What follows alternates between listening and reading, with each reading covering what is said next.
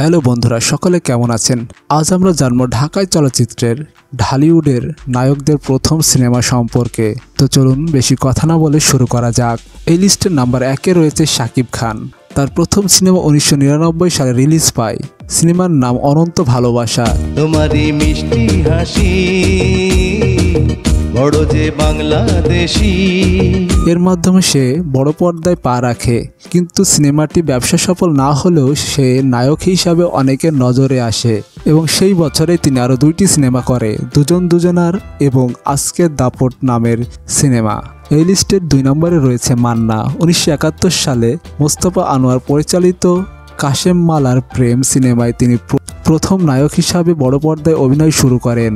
এর আগে তিনি ছিলেন সাইড নায়ক। কাশেম মালার প্রেম সিনেমা সুপারহিট হলে তিনি একের পর এক সিনেমাতে অভিনয় করেন এবং তিনি বনে যান সুপারস্টার। এই লিস্টের 3 নম্বরে রয়েছে নায়ক রিয়াজ। তার মুক্তিপ্রাপ্ত প্রথম সিনেমা বাংলার নায়ক। একটি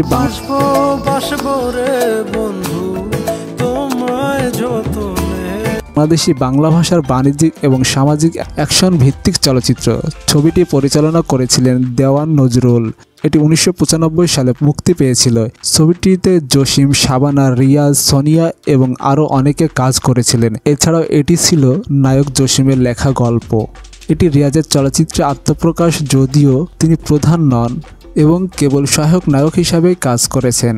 এই লিস্টের 4 নম্বরে রয়েছে ফেরদৌস। হঠাৎ বৃষ্টি সিনেমার মাধ্যমে তার জনপ্রিয়তা বাড়ে। অনেকে মনে করে এটি তার প্রথম সিনেমা, কিন্তু তার প্রথম সিনেমা প্রয়াত জননন্দিত অভিনেতা সালমান শাহের আকস্মিক মৃত্যুর কারণে তার অভিনীত অসমাপ্ত একটি ছবিতে কাজ করতে ফেরদৌস প্রথম ক্যামেরার সামনে আসে 1997 সালে ছোটকু আহমেদ পরিচালিত বুকের ভিতর আগুন ছবির মাধ্যমে।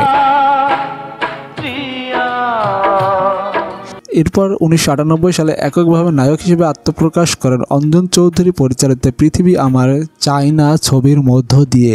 এরপর তিনি ব্যাপকভাবে আলোচিত ও জনপ্রিয় হয়ে ওঠেন 1998 সালে ভারতীয় চলচ্চিত্রকার বাসু চ্যাটার্জির পরিচালিত যৌথ প্রযোজনার ছবি হঠাৎ বৃষ্টি ছবির মাধ্যমে। এই লিস্টের 5 নম্বরে রয়েছে বাপ্পা রাজ। তিনি 1986 সালে চাপাডাঙ্গার বউ চলচ্চিত্রের অভিনয়ের মাধ্যমে চলচ্চিত্রে আত্মপ্রকাশ করেন এবং তিনি শতাধিক বাংলা চলচ্চিত্রে অভিনয় করেছেন। তিনি অভিনেতা রাজ্জাকের পুত্র। এই লিস্টের 6 নম্বরে রয়েছে কাজী মারুফ।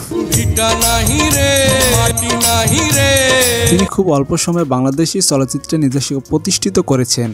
বাবা প্রখ্যাত পরিচালক কাজী হায়াত এর মাধ্যমে চলচ্চিত্রে এসে তারই পরিচালনায় করা ছবি ইতিহাস দিয়ে বাংলাদেশের জাতীয় পুরস্কার লাভ করেন। শিশু শিল্পী হিসাবে কাজী মারুফের প্রথম সিনেমা খোকন সোনা 1982 সালের 21 অক্টোবর মুক্তি পেয়েছিল। খোকন সোনা সিনেমায় কাজী মারুফের বয়স ছিল মাত্র 8 মাস। এই লিস্টে 7 নম্বরে রয়েছে মোহাম্মদ ওমর সানি। তিনি ওমর সানি হিসাবে সবচেয়ে বেশি জনপ্রিয়। আমার মনের ময়ূরিয়া রে 1992 সালে এই নিয়ে সংসার তার অভিষেক চলচ্চিত্র। পরিচালক ছিলেন নুরু হোসেন বলাই। তার উল্লেখযোগ্য চলচ্চিত্রের মধ্যে চাঁদের আলো, কুলি, প্রথম প্রেম, মধুর মিলন, রঙিন, নয়নমণি, রঙিন রংবাজ, দোলা অন্যতম। 1994 সালে দিলীপ বিশ্বাসের দোলা চলচ্চিত্রে প্রথমবারের মতো মৌসুমীর বিপরীতে অভিনয় করেন তিনি। পরবর্তীতে 2003 সালে শাকিব খান অভিনীত ওরা দালাল চলচ্চিত্রে প্রথমবারের মতো খলনায়কের ভূমিকায় অভিনয় করেন। খলনায়ক হিসেবে ওমর সানি সফলতা পান। এই লিস্টের 8 নম্বরে রয়েছে আমিন খান। তিনি প্রায় 190টিরও বেশি চলচ্চিত্রে অভিনয় করেছেন। 1990 সালে আমিন খান এফডিসির নতুন মুখের সন্ধানে প্রতিযোগিতায় অংশ নেন এবং নির্বাচিত হন। সাংবাদিক আহমেদ কামরুল মিজানের সহযোগিতায় তিনি অবুঝ দুটি মন চলচ্চিত্রে কাজের সুযোগ পান। 1993 সালে মুক্তিপ্রাপ্ত অবুঝ দুটি মন তার প্রথম চলচ্চিত্র। এই লিস্টের 9 নম্বরে রয়েছে ইদ্রিস আলী, যিনি ইলিয়াস কাঞ্চন নামে জনপ্রিয়। 1976 সালে পুরান ঢাকায় অবস্থানকালে কাঞ্চন ওয়াবদা মিলনায়তনে একটি মঞ্চনাটকে কাজ করেন।